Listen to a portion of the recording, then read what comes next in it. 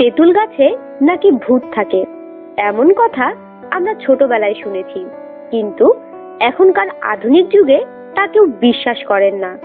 তবে আজ রয়েছে রহস্যময় 400 বছরের পুরনো একটি তেঁতুল গাছের গল্প। সংবাদ মাধ্যমের খবরে জানা যায়, হবিগঞ্জ জেলার নবীগঞ্জ উপজেলার 400 বছরের পুরনো একটি রহস্যময় তেঁতুল গাছ নিয়ে শুরু হয়েছে নানা রসাত্মক গল্প। এই তেঁতুল গাছের কাহিনী অনেকটা রূপকথার গল্পের মতোই। ঠাকুরের হাতে রোপণ করা এই গাছের তেঁতুল নাকি জটিল রোগের মুক্তি দিচ্ছে, আবার নিঃসন্তান দম্পতিরাও নাকি সন্তান লাভ করেন। আর তাই প্রতিদিন এই তেঁতুল গাছের নিচে শত শত দর্শনার্থীরা আসেন পুজো দিতে। অপরদিকে মুসলমান নরনারীরাও আসেন নিজের মনোবাসনা পূরণের জন্য শিরনি নিয়ে। বিশাল এই তেঁতুল গাছের নিচে রয়েছে শিববাণী ঠাকুরের একটি মন্দির, একটি নাট মন্দির এবং সেই সঙ্গে রয়েছে যাত্রী নিবাস বসতঘর।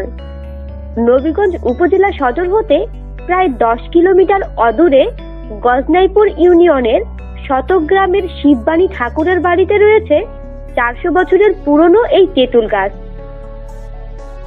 রহস্যময় এই তেঁতুল গাছটি দেখতে অনেকেই যান ঠাকুরবাণীর বাড়িতে, আবার মানতও করে থাকেন অনেকেই।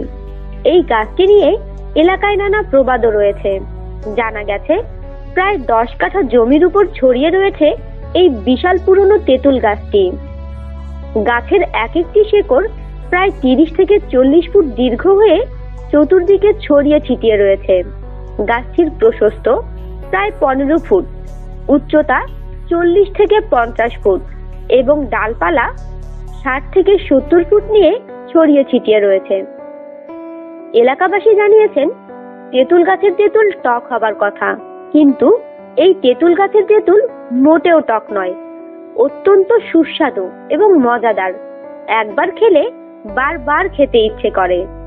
এই তেঁতুল খেয়ে অনেকের মনোবাসনা পূরণ হয়েছে। প্রতি বছর ওই গাছে 15 থেকে 20 মণ তেঁতুল আসে। এগুলো ভক্তবৃন্দের মাঝে বিতরণ করা হয়। তেঁতুল গাছের আকার প্রতিদিন বৃদ্ধি পেয়ে এখন বিশাল আকার ধারণ করেছে। হিন্দু ধর্মাবলম্বীদের মতে প্রতি সরস্বতী এবং দুর্গাপূজায় শিব ঠাকুরবাণী তেঁতুল গাছে আসেন। তাই ওই দুটি পূজায় হিন্দুরা সারা রাত জেগে কীর্তন করে থাকেন। কথিত রয়েছে যে এই গাছ কাটার নিয়তে কেউ গাছের কাছে গেলে নাক মুখ দিয়ে রক্ত এসে মারা যায়। এই তেঁতুল গাছটি পূর্বে বেশ কয়েকবার বিক্রি করা হয়, তবে কেউ সাহস পায়নি এই রহস্যময় তেঁতুল গাছটি কাটার। আমাদের সাথেই থাকুন আর সাবস্ক্রাইব করুন।